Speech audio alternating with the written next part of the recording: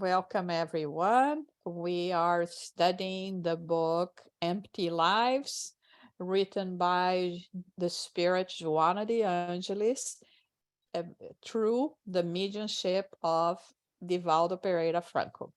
We are in chapter 5, and as I always recall everyone, each chapter is a different topic. So regardless if you're just joining today, we are going to be talking about a different topic. I will share my screen with you because we will follow the text. And then we are going to be doing the same way that we do. I will read a little bit and we will stop for comments. This book, the chapters are a bit long. And so I will read a bit more before we start commenting. So this is a topic where she talks about never underestimate love. And I was reflecting a lot about, different angles for us to talk about it.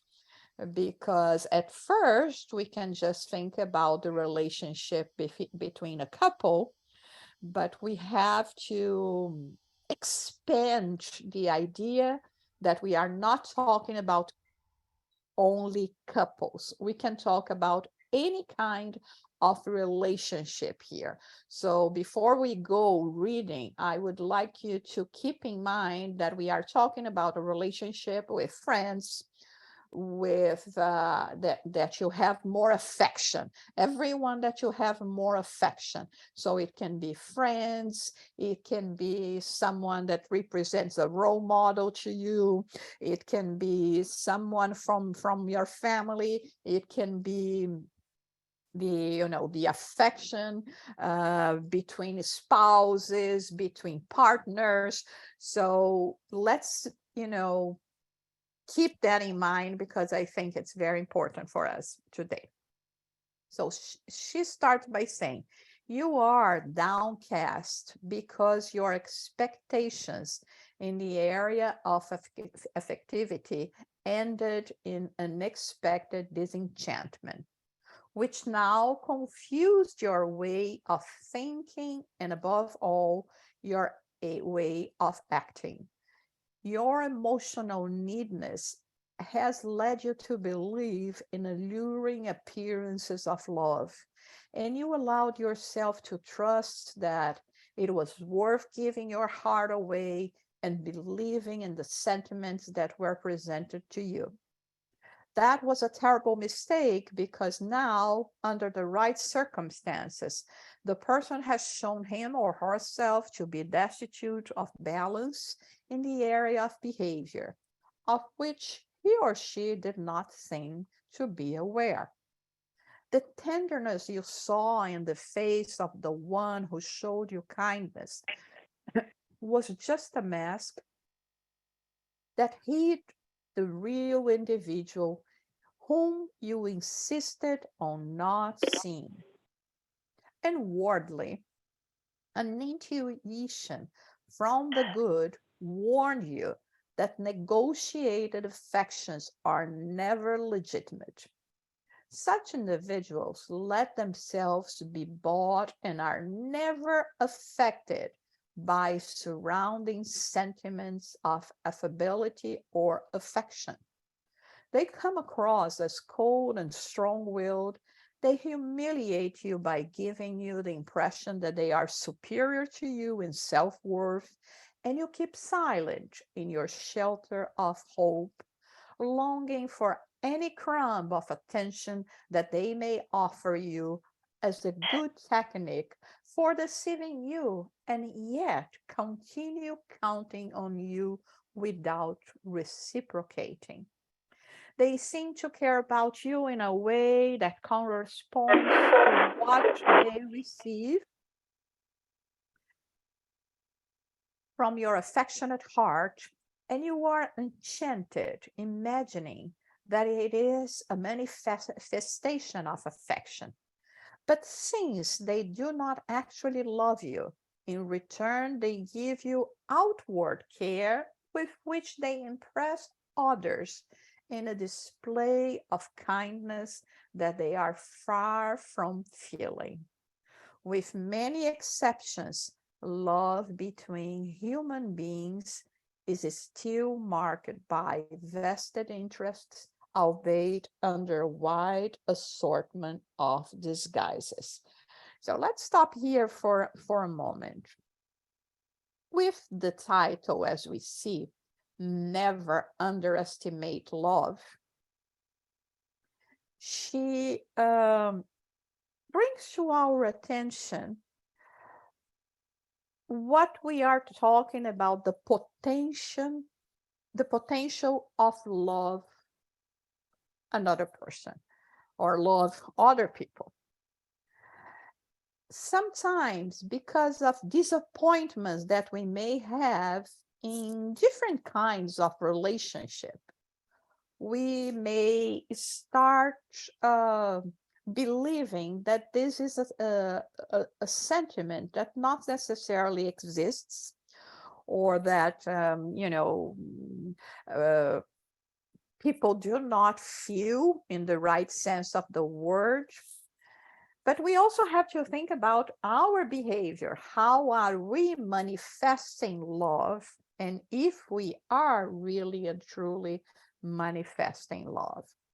So here she's talking about people that, more than just giving themselves to this noble sentiment, they abuse the good faith of others, kind of manipulating others into taking interest in them, into, giving them this kind of love, this kind of affection, this kind of attention, when they not necessarily reciprocate. They sometimes are very, let's say, able to demonstrate affection by gestures, especially when they are surrounded by other people, but not necessarily something that comes from the heart. When we read a text like this one, our first our first impression would always think about others, saying, oh, I know people like this. I know couples or partners that live like this. That person did that to me. We are always putting that in other people's behaviors, not necessarily paying attention if we are not doing that. So in a relationship where, let's say, we have a friend that is really someone that loves us, okay, here we are not talking about sexual love, we are not talking about couples' lives. Like I said, let's keep an open mind. Let's think about all the relationships that involve a relationship of love. Like we can see two friends, from school, one that manipulates the other because she really loves her company for one reason or another. We are not getting into that right now. So what we have to pay attention here, more than saying, yeah, I experienced this situation, because I imagine that at one point or another we all did, right? We all gave love to people that not necessarily reciprocate our love. And so it's just easier to think about them, that they were bad, and how they impacted me on my belief in the world, my belief in people, not necessarily paying attention to us. And like she says here, unfortunately, considering our level of involvement, we do not necessarily, like she says, with many exceptions, love between human beings is still marked by vested interest. Uh, I have to say it's many here, but so you see, it's not something that we see so commonly in life. Um, Maybe, I love you and I want you to be my friend because I see that you are popular, or because I see that you have money, or because you can provide me some things that I would not be capable of having for myself, or because you have a group of friends that I would like to have as well. Um, for whatever reason, we may get involved with people, and on their end, they will think that we are truly appreciating them for what they are. So, in this sense, never underestimate love is actually she's calling our attention to what we are doing in terms of our relationships, in terms of our way of behaving when we are talking about this noble sentiment, like we said before. Any comments you would like to say, or any question at this point? It is a very intriguing, interesting, hard topic to talk about it.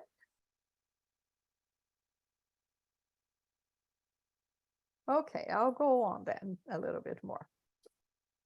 You feel an inner chill that freezes you at this moment before the realization of what you already knew intuitively. So this is the moment where we are talking about a disappointment in a relationship. And again, I'm going to repeat myself. I'm not only talking about couples relationship. We are talking about relationships, okay, where we were expecting more, but at the same time, there is something hinting that there is something not so well, so right, and then, but like she says, in your naivety, you persisted, hoping for some kind of change, maybe even compassion, which your loved one does not have, in order to offer it to you. So, regardless of everything that we are feeling, and I mean, the lack of real demonstrations of love, we continue trying in this relationship, waiting for things to change, wait for the other to be able to offer things to us that they cannot.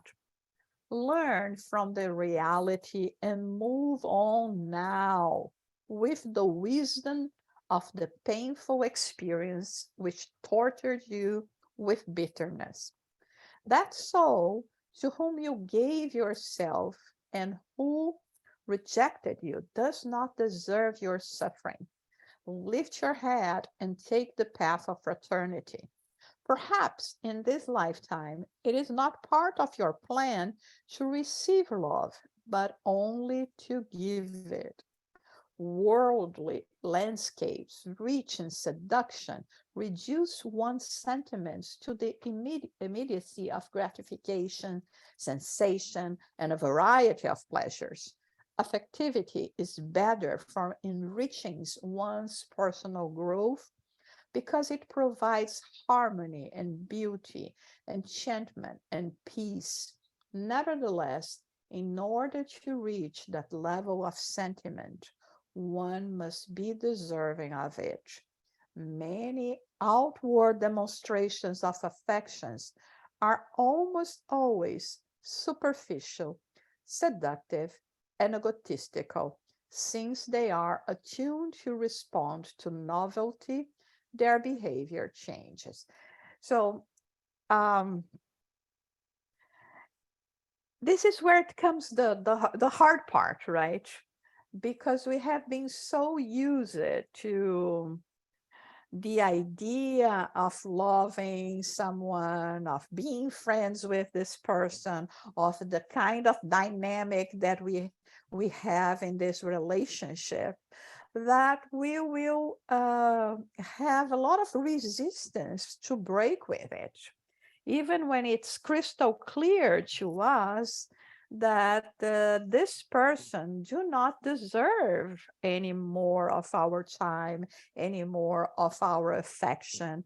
Unfortunately, with things the way they have been for quite some time, many people, they kind of let's say switch sides, ideas, ideals, and uh, very much like they change their clothes, right? So today you're the best, you are the one that is in the focus of my interest. Tomorrow I find something that is more attractive, is new, and you know, even with the not putting into perspective the idea of immortality and reincarnation, it only seems natural that I have to take the best of out of this life. So why am I going to be keeping on, a relationship that it doesn't fire me anymore, or if it doesn't go according to my interests anymore. And and here's she's saying, the experiences of the world is one thing, the experiences of the heart, of a true feeling, is another thing, and is the one that helps us in terms of personal growth. Any questions or comments? It's deep, right? Yes, Sonia.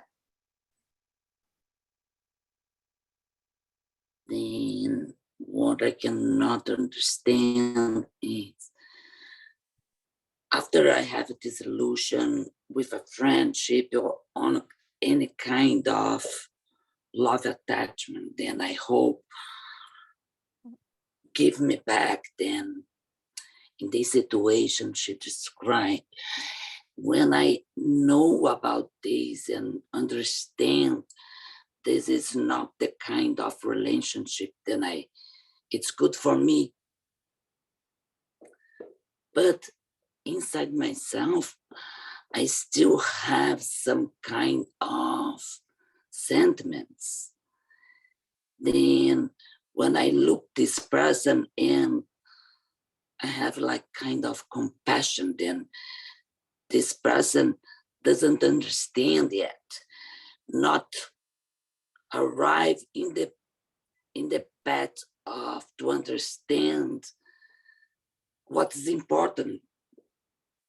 And then every time when I remember about person, then I had some situation like this, I start to pray for this person then, because I understand it's not for me, but still have some kind of maybe opportunity for them to learn about. Hmm. And and then in this chapter, oh, you, I'm not able to to cut this kind of memory or story I lived with this person still inside myself, and then create something I'm able to growing up when I analyze the situation in this way. You know what I'm trying to. Yeah, Sonia, actually, your comment is very interesting because while you were talking, one thing that came to my mind is the following. I don't think Joanna de Angelis is telling us here, stop loving. What she's telling us here is stop waiting for the love of other or a specific person. So it's not about changing our emotions towards someone that we have, a good sentiment. Again, I'm saying like this because I don't want to restrict this chapter in the analysis of this chapter just between a relationship among couples, spouses. I really want us to broaden this understanding in terms of thinking about all relationships. So if I have a friend and I deeply love this friend,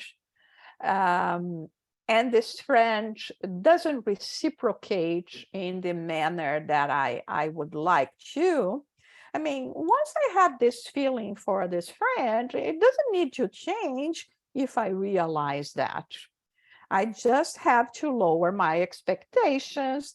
Maybe in this sense, I'm not going to have as much, as many contact as I had before, but it doesn't mean scratch this person from your life. This is what the person can give you: a little affection, a little something. So in a way, let's say it's not necessarily the person that is wrong, but it doesn't make it us right, right? Because we can have very selfish way of loving, like, among friends. Oh, I have a friend. You have to be my BFF, right? You have to be my best friend forever. And I cannot share you with anyone else. So if you get another friend in school, you don't love me anymore. So this is what we are talking about here. We are not talking about selfish love in any kind of relationship. When she says, or she talks about this, never underestimate love, she's talking about, the potential that we find in this sentiment. And finding that and knowing that doesn't or shouldn't remove this from us, because everyone that is actually capable of feeling love without receiving anything in return, like Jesus used to say, right, what benefit or what merit do you have when you just love and embrace those that are friends, or are your your close family, right? So this is this kind of expansion that we need to think about here. So not to cold our hearts and say, oh, I got so many deceptions in life, in my loving life, in my friend's life. I don't trust anyone. In my family relationships, my family doesn't love the way they should. Well, now each time more, we realize that it has nothing to do with DNA, right? I always believe it's a blessing when we know about the others' interests. It's not the real love, then attachment with myself. Then when I can open my eyes and see exactly the intentions of the others, I believe it's a blessing. Of course, hurt ourselves. It's still hurting. But after a while, then we can see, then, wow, this was good for me, not to be attached with this person anymore.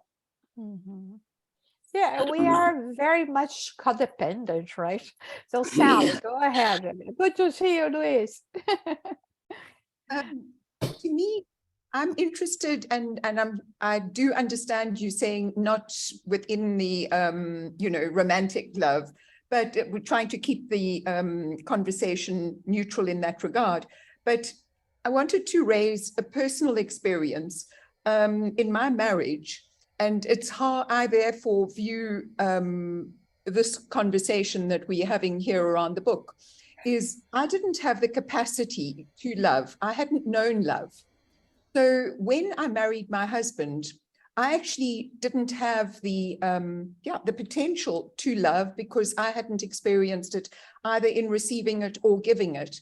So when I was married to him, I recognize a lot of this behavior in myself in the relationship with him. But it's because I didn't understand what love was. I couldn't conceptualize it. I didn't have any to give in that regard.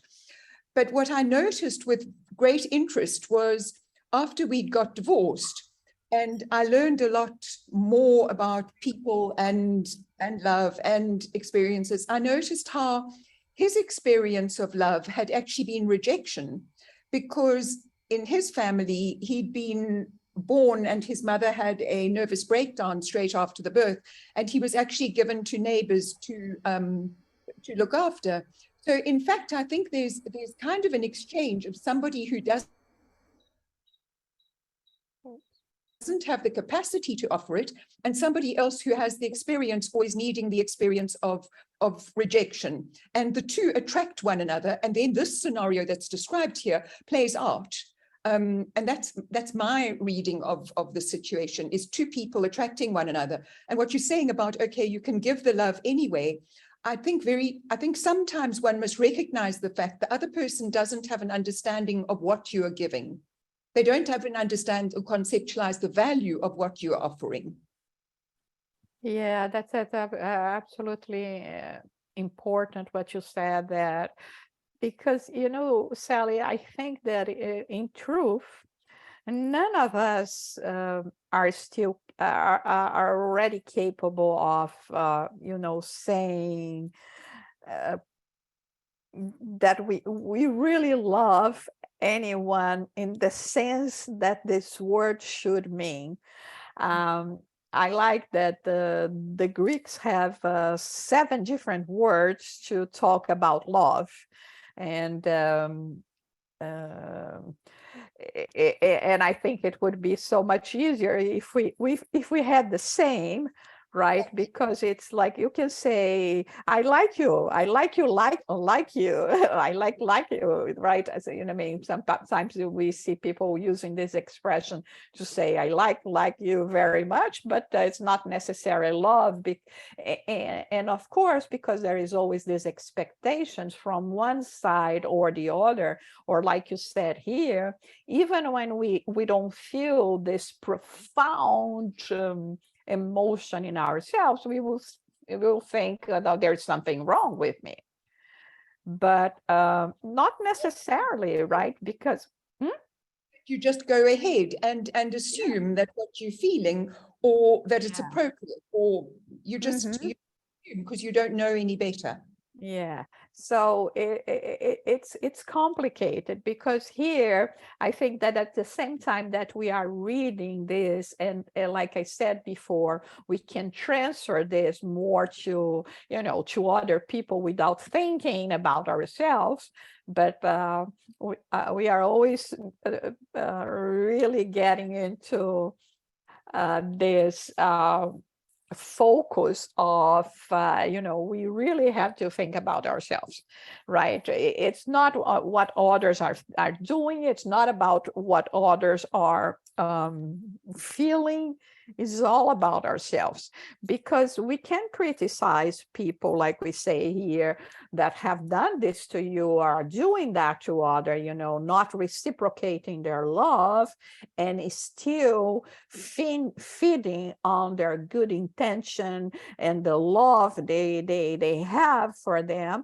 But we ourselves are sometimes doing the same without realizing, right? In the relationships that we maintain, we ourselves may say, well,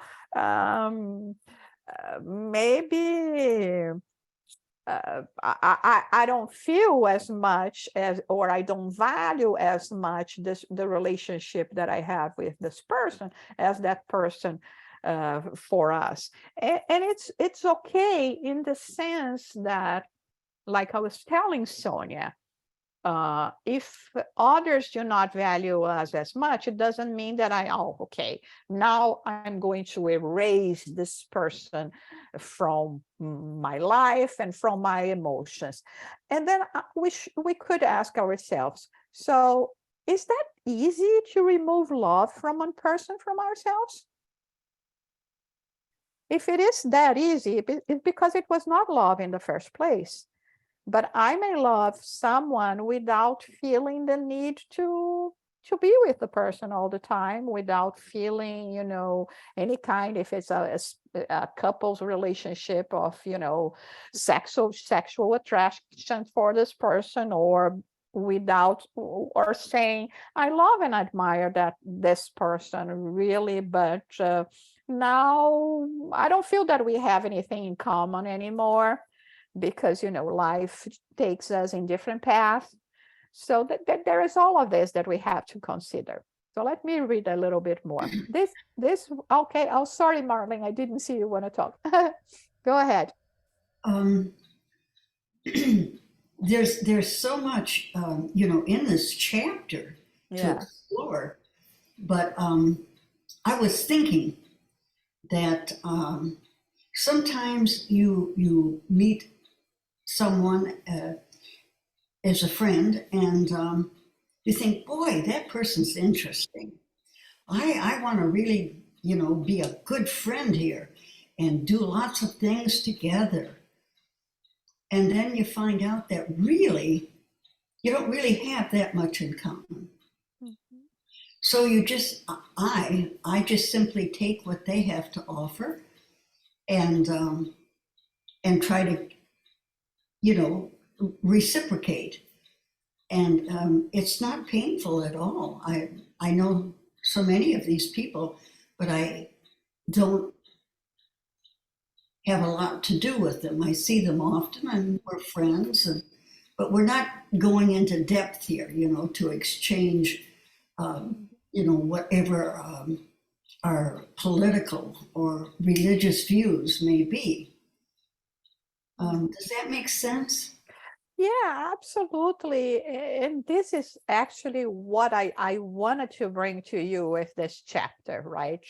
Not to think about trivial love, but to really think and start thinking about what it means. So while you were talking, Marlene, I was thinking, I could say I love the Dalai Lama. I never met him in person. I saw him in conferences, but it is a person that I can say I love him. It's not that just an admire him. I have to, I mean, not that I have to, but I love what he represents. I love the work that he does. I love Mother Teresa of Calcutta, for what she did. And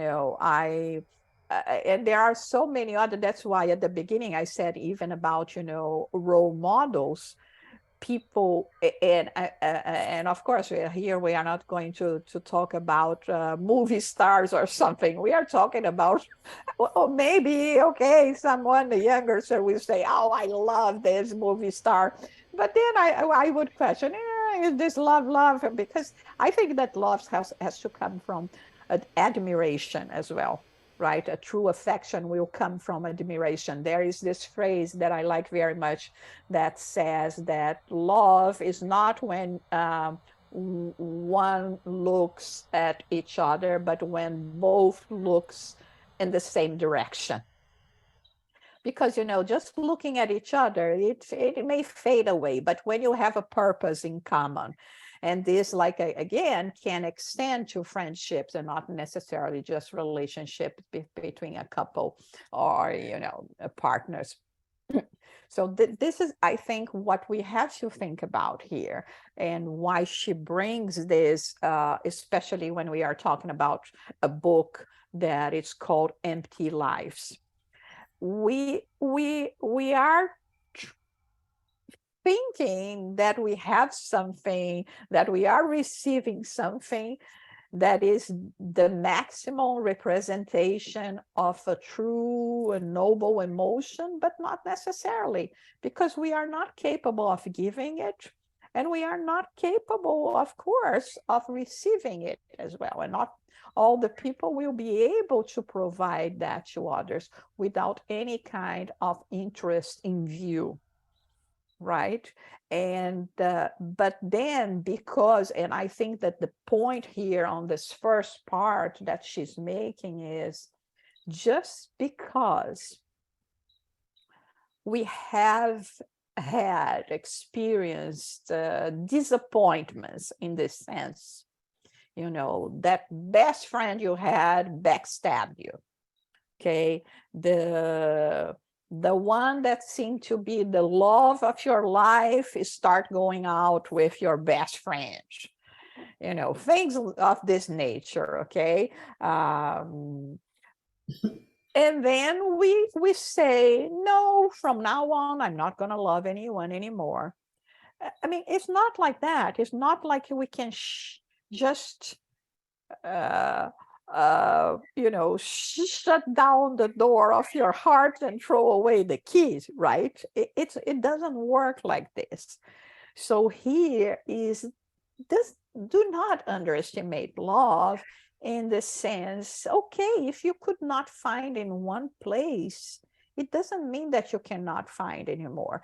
But she brings a point also in what we already read at this in this chapter, where she says, maybe in this lifetime, because we came with a certain purpose, we were not meant to find a more let's say, I don't even know what word to say here, not long relationships, not that, but a relationship that is really going to touch our lives, and that can really be something in our lives.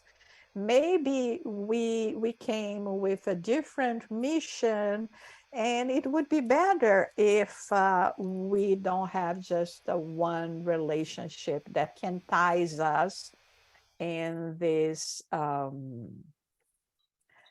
kind of life.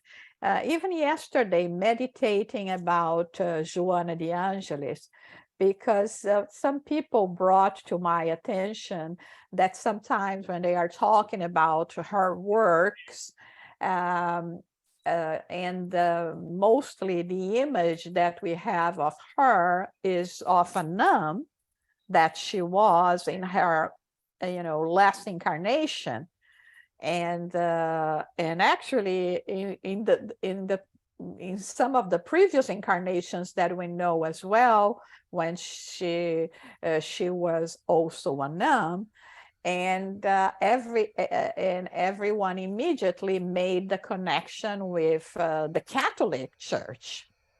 But it was, and then I was thinking, and I said, listen, we have to understand what it meant to be a woman in her times, when she was a nun as Clare of Assisi, when she was a nun as Juana Inés de la Cruz, when she was a nun, when she was Joanna de Angelis and died in 1822, I think, as a martyr of the first martyr of the independence. At that time, for a spirit that was going to reincarnate as a woman, she could only choose between a married life, where you are going to be subjugated by your husband, you are going to be, restricted to your home, and not being able to get to have that much education, right? Because I'm going to educate you to be a wife. But when you are a wife, a mother, right, the housekeeper, but when you are a nun, you have an independent life. I mean, like she, when she was Juana Inés de la Cruz, she had a personal library at that time of over 600 books, which is quite impressive, even for today's number, right? She was a writer, very valued in her time, is still super, let's say, adored in the in Mexico, where even the bills come with her face. You see, so this was the way that she could do her work, the work that and all of that is still under the banner of Christ's teachings, not the man, but the teachings, right? So here she comes in those lives that she couldn't have because of what she wanted to do with her life, let's say a personal relationship, because she needed to do something else. She needed to spread love to more people, to form new people. You see, so this is one of the things here that we have to think about as well, that as long as we feel love for the work, love for the someone or other people, and have this admiration, love for a cause, this should be enough to nourish us, nourish our spirits. But we live in a society that it's, if you don't have that special someone, if you don't have that special friend, if you don't have a good relationship in your family, we feel like failures. But love is so much more than that. And I think this topic is so hot. It's so good that we still have another 1.5 pages to go. We just did 1.5 pages today. So this one, I think we'll have to split for next week and see if you want to say something else or. Well, I thought it was really interesting where she talks about our mission in life. And for some people, that mission is not to receive love, but to give it. Mm-hmm. I thought that was really fascinating. Yeah. You see that famous prayer by Francis of Assisi that he says, it is in giving that you receive. And this receive, not necessarily because, okay, I'm going to give and then someone is going to give me back. No, is when I feel myself with this, those noble emotions, and I'm able to partake with others, I already have them. I don't need it. I should not need anyone to feed me. So here, the reason that we need love many times is because we are deprived of that. We have this void in ourselves. So we want others to fill up for us. But when I give, when I have this, I don't need others to feed me back. Oh, so if you don't love me, I don't love you. If you don't treat me well, I'm not going to treat you well. So what kind of love this really means? It's a sort of exchanging, right? Like when we say to God, okay, God, help me. And then I'll pray a full rosary or something like this, Yeah, and there is no bargaining in that. Once if we have hate, nobody needs to hate us back. I mean, the destruction of this emotion will will do a number in me without anyone needed to aggregate more hate. And it's the same thing with love. When I give, I receive. It's the same thing with charity. When I do something because I truly want to help, I don't need this person to give me back. Just knowing that I'm capable of having this kind of compassion, this kind of love, it's enough to feed me, to give, this well-being sensation of, I have been harnessing good feelings and good emotions. And that is what means it is in giving that you receive. Okay. Anything else?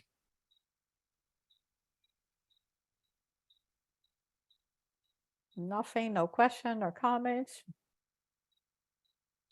All right. So, And that was, I think my point was that if you haven't got love to give, the other person is really putting themselves in a very difficult position if they are needing love. It's if you can love without requiring the other person to respond in and reflect it back to you is the ultimate. and you see, this is the problem in our relationships. We are always expecting others to do things or to offer us more than they are capable of. And sometimes it's not just because they do not want to give us.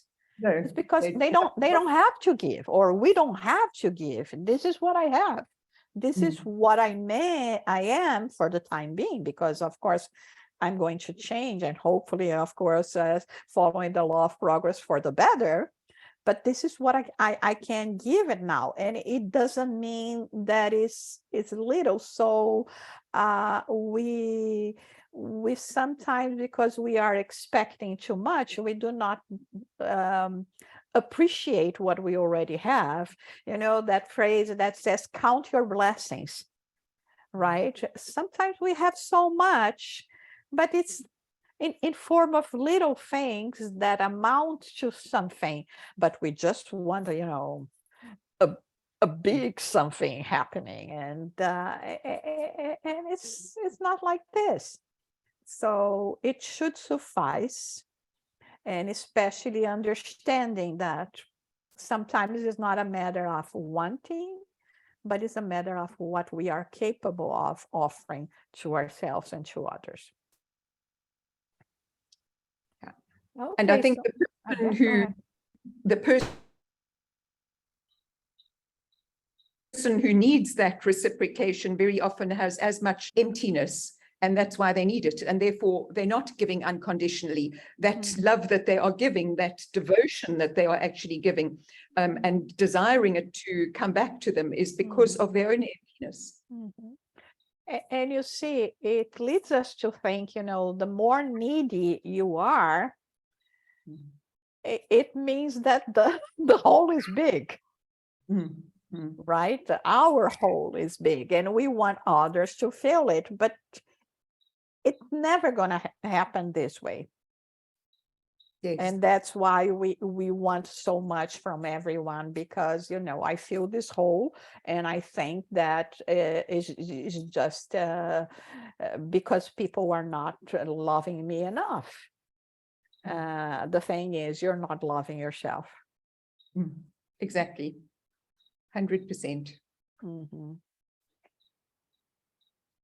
So we are going to continue then next week with the same topic. It will be a little lighter, because this is when Joanna de Angelis comes and and brings more solution. But I think it's a very good topic for us to expand a little more. And